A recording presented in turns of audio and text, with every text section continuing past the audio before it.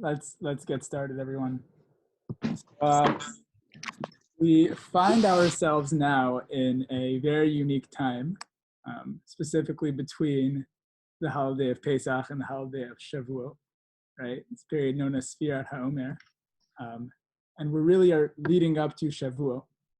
And I guess like this is like a really, really awesome time to focus on Teshuvah, whatever that may mean to you. And really with the goal of preparing yourself for Shavuot, the giving of the Torah. So I thought we'd like try to, I guess, focus on or speak about like this idea of humility as like a character trait, as like an idea, share some ideas about that. And we'll see where this takes us. So it's interesting that I guess like a couple sources just to get us started and to kind of set the tone. So Shavuot is the time when we celebrate the giving of the Torah. If you look at the blessing that we say every day in the Siddur on learning Torah, right? It's the first source over here. If you could see my screen, we say Baruch Atah Hashem Notein HaTorah. Right? Blessed are you, God, who gives the Torah. Gives being in present. So like there's this interesting dynamic between like Shavuot is like, you know, when we got the Torah, but we bless Hashem on giving the Torah, something that happens every day. Respectfully, Mr. Mitrani, is it all right if I challenge that? Yeah, please. Notain is not the present tense. Notain is the active participle, which could mean that he gave the Torah and he still is the person who gave it, meaning God is still the person who gave the Torah, meaning the Notain Torah, even if he's not presently doing it. Well, I don't really have such a response to that other than this is just like an idea I heard from one of my rabbis. But I don't know if you could personally get over that and like make this jump to the idea that the Torah like metaphorically is given every day and is something that is experienced regardless of the grammar of the word notein as being received every day. I can't get over grammar, sir. So everybody else, you could if you could get over that, good for you. Anyways, so we're still in the introduction here, but that was good. I like the active participation there. I'm with you, Jake. I'm with you. There's a lot of sources that say like no, like it's like Hayom, like it says Hayom in the Torah, so you're supposed to, you know, feel like you're getting it every single day, brand new. I'm with you. Thanks. Okay, moving forward in the sources, right? We're just trying to set the tone. So there's an interesting Ramah, and on the source it seems, you know, like we wouldn't even need it there. Again, we'll just locate it here. I'll read it in Hebrew. Chayav adam linhog kavod gadol b'sefer Torah, u'mitzvah liyached lo makom, u'kavod hamakom ahu ulhadro beyoter. Right, basically saying that when you, I guess, set a place for a sefer Torah, you should make for it like a special physical place, right, like an Aron Kodesh, and you should like, I guess, treat it with a lot of respect, and you should beautify it. And there is like this vort by, I guess, one of the former Rosh Yeshivas of Shiva, I think like, forgot. But anyways, Rav Pam is his name, a big former Shiva and Talmud Chacham. Torvadas. There we go, Torvadas. Anyways, he takes this Ramah and he develops this whole idea and this whole essay, linking it to this time that we're in and saying that we're, so to speak, preparing ourselves to make ourselves into this, like, I guess, like, thing that accepts the Torah. And like during Sfirat HaOmer, we try to work on our own, you know, midot and try to like think of ourselves as this like thing that is going to hold the Torah and like set the tone for like how Torah is experienced, how Torah is learned, right? Like for the entire year after Shavuot. Again, something to keep in mind during this time. Lastly, right, there's a very famous midrash that says, Derech Eretz Kadma Torah. You have the source for it right here again. And like, I think as like in preparing ourselves for receiving the Torah, and even like in preparing ourselves for, so to speak, making ourselves into an Aron, you know, for holding the Torah on Shavuot, we can like get there through Derech Eretz, which is like this general idea. There are many different definitions of Derech Eretz. One interpretation could be like how you behave. With that, we'll get into some of the conversations about Anava. So before we move forward, Anava again is like the Hebrew word for humility. If anybody wants to just shout out maybe something that comes to mind when they hear the word Anava? Maybe like a definition, something they've heard about it.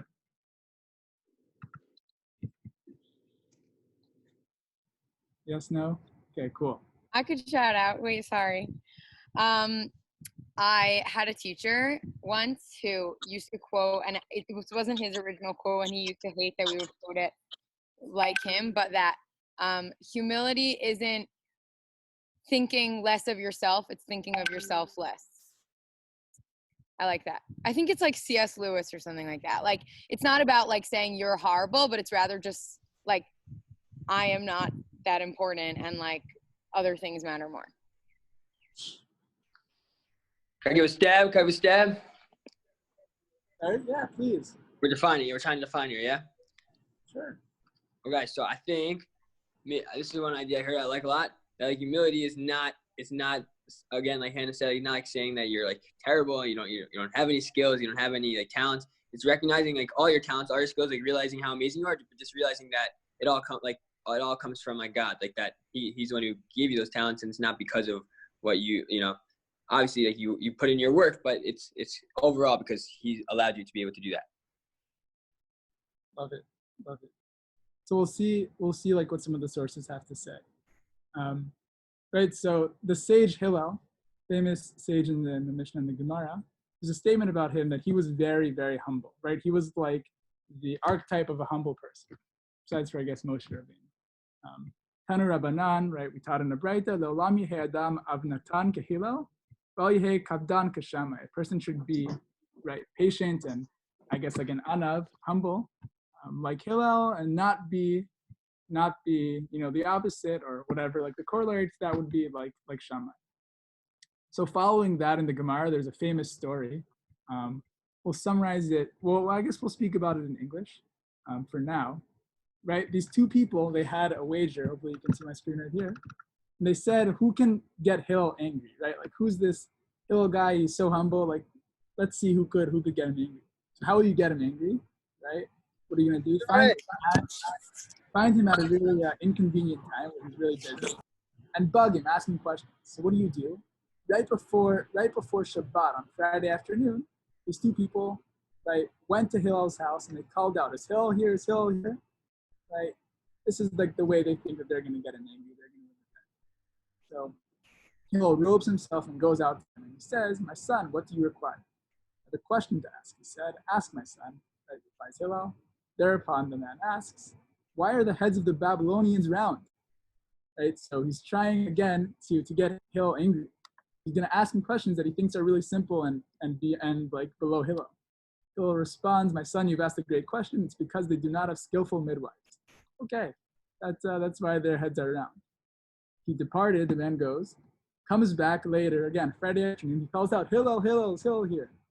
Hillel robes himself, goes out, "My son, what do you require? I have a question to ask." Ask, my son, "Why are the eyes of the Tadmurians bleared?" He replied, "My son, you've asked a great question. It's because they live in sandy places." Okay, again, he's trying to get himself angry, and we see in the story that Hillel is treating him respectfully and giving him answers. Same thing happens, leaves, comes back, calls out his name. He asks, "Why are the feet of the Africans wide?" He says, "My son, you've asked a great question. It's because they live in watery marshes." Lastly, he says to him, he goes, comes back, he says, "I have many questions to ask, but fear you that you may become angry." Hillel robes and says, "Ask all the questions you have to ask." "Are you the Hillel who was called the Nasi of Israel?" "Yes," he replied. He retorted, "If that is you, may there not be many like you in Israel." Right? So now he's angry because he realized that he didn't get Hillel angry. It's kind of ironic. Hillel responds, "Why?" He says, "Because I've lost 400 Jews through you," in this bet he had with his friend. "Be careful of your moods," responds Hillel. "Hillel is worth it that you should lose 400 Jews. So another 400 Jews through him, Hillel shall not lose his life." So that's the story. And there's a lot to say on the story. Does anybody have any comments before I share some ideas on it? Okay, so a couple of things to note. I think if you look at the language first, something that's interesting is that Hillel keeps on going back inside and then coming back out and robing himself. So what's the deal with that? Right? What's this meat hatef? Rav Kook in his commentary on the Gemara, as Inaya, he comments that Mitrani is used elsewhere. In Sechet Shabbat, Mr. Mitrani, it's hard to hear you. Oh, really? Okay, cool. Okay, thank you.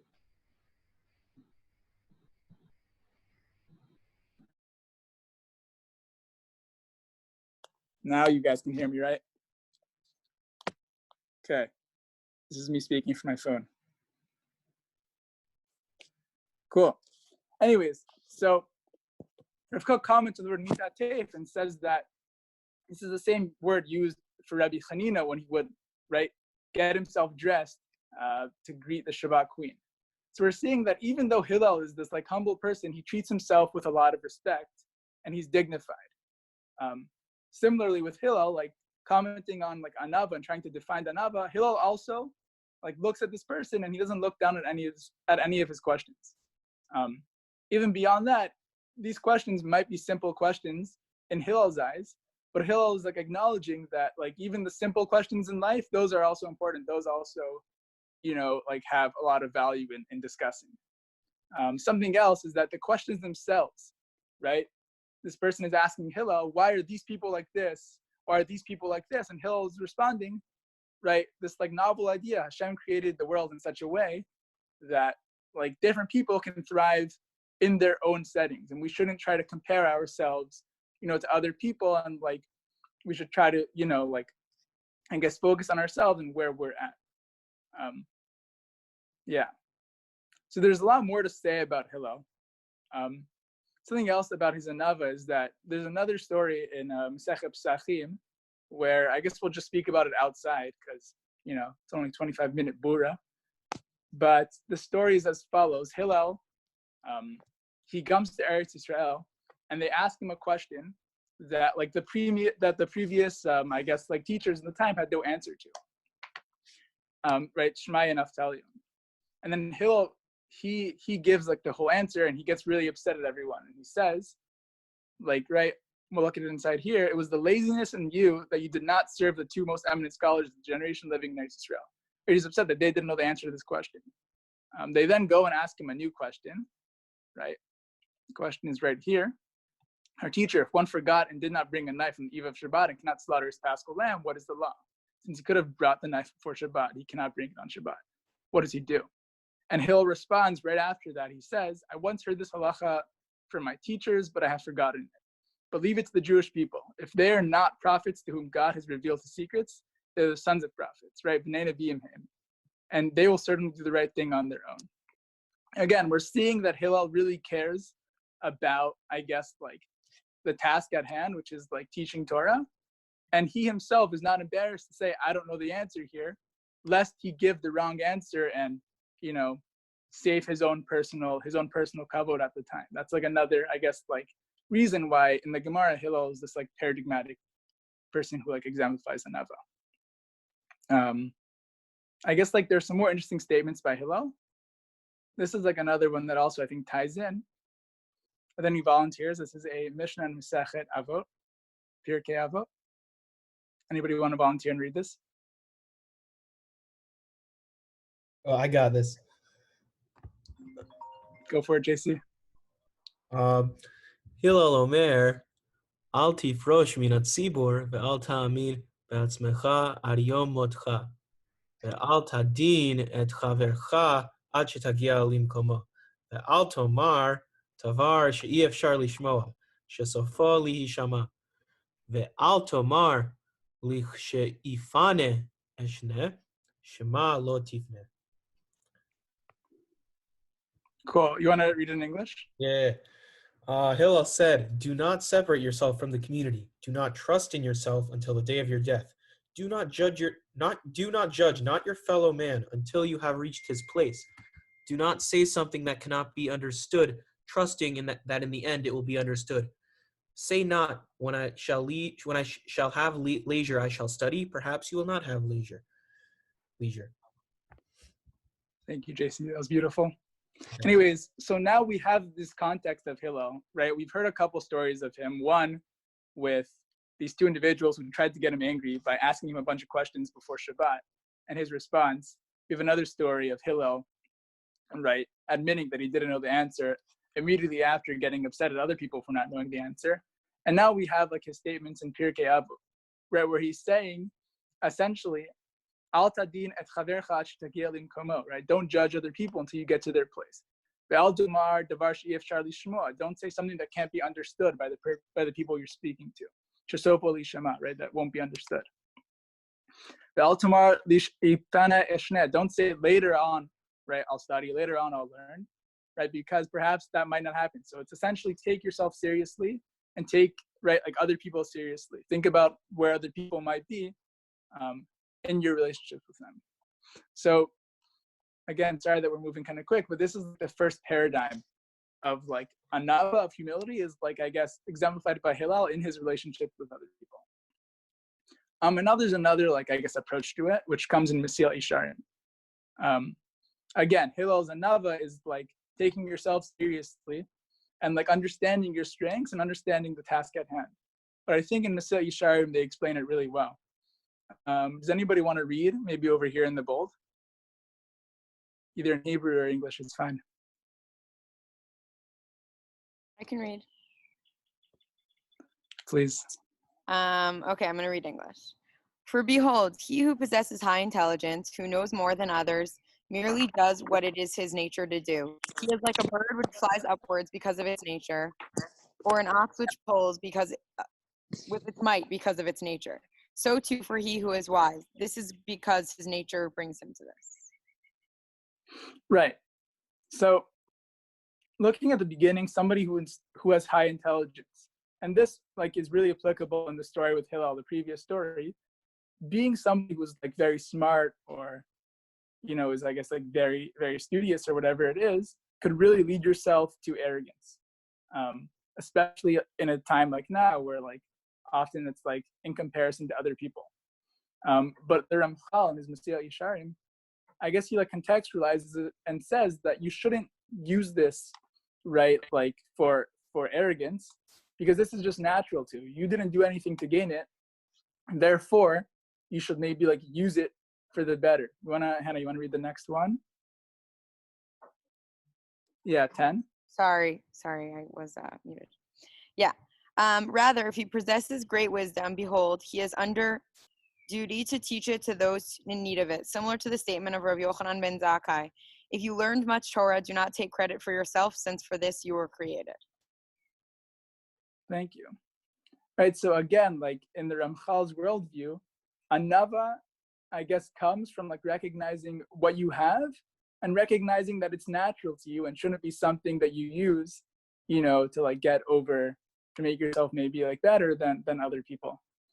Just a quick story. It was a couple nights ago, I was working on an assignment and a TA stayed after office hours to help me out. It was like pretty late at night. I said, thank you so much. This is so sweet of you. And he responded, like, don't worry about it. Like, this is easy for me. Like, this is not a big deal, because it was like very late at night. He was basically saying like, yeah, like I don't mind staying up late. And I just thought like in that moment, wow, he could have really used this like opportunity to like, I don't know, think of himself as like, look what I'm doing for this other person. Like, I don't need to be doing this. But like, I guess his response really showed me, I just really thought like it exemplified Anava. So with a little time left, we'll speak about Anava from another point of view, which is Rav Kook's point of view. I'm trying to think of which one we should read. Maybe we'll start, I guess, with the first one. I'll read it in Hebrew, and we could look at the English if the Hebrew is too hard to understand. So Anava hi mechuberet im hashlemut haruchani, right? Anava is something that's connected to like spiritual perfection, wholeness. שכל מה שהאדם משיג יותר את העולם ואת החיים, את שכלולם הרוחני והחומרי, את הצרכים הרבים של הכלל ושל הפרט, אז הוא משיג את קוצר ידו, right? As Cook is saying, the more that like a person learns about the world in its entirety, all of its needs, then like the more a person realizes his kotzer yado, his like, I guess like maybe like his irrelevance or like his like relative smallness to like the greatness of the world. At Ivaron Haskad, his like almost like, you know, blindness. And this could lead you maybe to feel like shafal ruach, this like lowly of spiritness.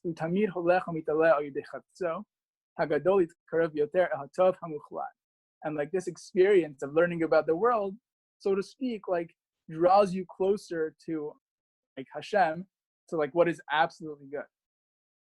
I don't know if this is something that people have experienced beforehand, but in Rav Kook's world, Anava is something that comes from like looking at like the greatness of Hashem and then like comparing that to yourself. I think this contrasts with like the paradigm of Anava we saw in like the stories of Hillel, right? Because there was all about like myself and like other people. Here it's like kind of looking inward. Another like really nice idea that Rav Kook brings down is over here.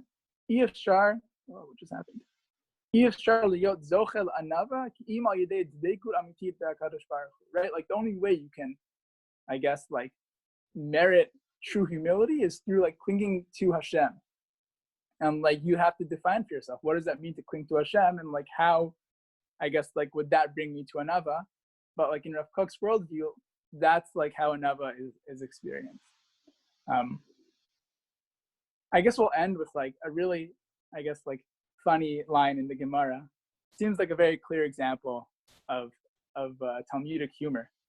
So there's a Mishnah, the last Mishnah in Sechet Sota reads, Mishamet Rabbi Meir Batlu Moshlei Mishalim. When Rabbi Meir died, the composers of Mishalim, of fables, right? Like mashal, like a stories, they like also left the world. Then the Mishnah goes on to list a bunch of different Mishamet Batlu Zeh. When this person died, this left the world. Lastly, there's a statement, Mishamet Rabbi Batla Anava v'yirat chet. When Rabbi died, humility and yirat chet, right, fear of sin, they also left the world. Then we come to the Gemara, and Rev Yosef hears this, and he has a pretty witty response. Does anybody want to read it out loud for us? Next Kafler, you want to read it? Absolutely. You've seen Masechet Sota a couple of times before. When Rebbe Yehuda Nasi died, humility and fear of sin ceased. Rav Yosef said to the Tana, "Do not teach that humility ceased, for there is me." Rav Nachman said to the Tana, "Do not teach that fear of sin ceased, for there is me." Right. Thank you, Max. And like again, I think we can maybe tie this back to the original idea of Anava. I think that Jacob was talking about originally, where like maybe Anava is recognizing, like your own strengths. And like, of course, but this kind of seems like humorous that they were saying that. But maybe they were saying we shouldn't look at other people and like then assume, oh, we're nothing, we can't get close to them. Maybe being a true Anav is recognizing maybe like your own personal greatness. There's like this idea in Judaism that like the farther away the generations get from like the receiving of the Torah, like we kind of like also elevate, and like we should like look to them as like very great people. But we shouldn't let that get in the way of our own, growth. So with that, I hope people really have a meaningful and special and productive Sfirat HaOmer in preparing themselves to receive the Torah.